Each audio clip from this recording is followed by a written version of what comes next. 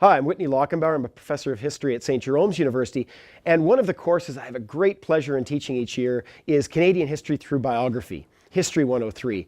I've always been fascinated by Canadian history. How as a country, how as a nation, or group of nations, we've come together to take this great adventure in figuring out what we are as a country. And one of the ways I found it most exciting is to take just this journey through the stories of individual people who have helped to color or influence the Canadian experience. And I find biography as this incredible mechanism to try and understand the past, because I myself am just naturally curious about other people's lives. What's it like to experience life in a previous time, even if the surroundings may be geographically familiar to what we have experienced as Canadians today.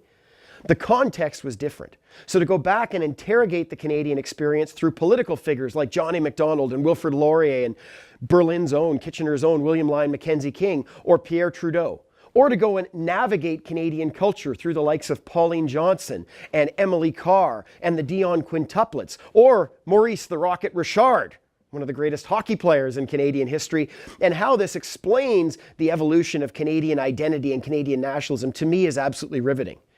Within this course, we have heroes, we have villains, we have people filled with contradictions and controversies. Individuals like Billy Bishop, great fighter ace of the First World War, who some people suggest went and fabricated a lot of his war record.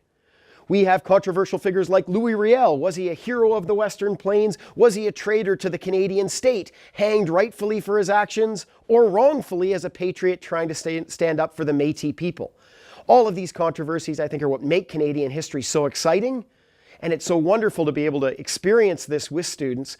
And I find that as I go through this course each and every time that I teach it, by going and finding that I relate to some individuals in a very positive way and really find some of these other characters quite despicable in their actions or in their ideas, it teaches me a great deal about myself. And I think as a lifelong student of Canadian history, one of the biggest things that we can pull out of this discipline is not only learning about the past and what happened and why things happened, but also being reminded that the individual shapes the destiny of communities, of families, of countries. And that by going and exploring that, we can learn a lot about the individual level, but at the same time understand much more about those complex forces that shape us. And at the end of the day, I still come around. It's sheer curiosity, it's excitement, it's about passion for our country and for the past.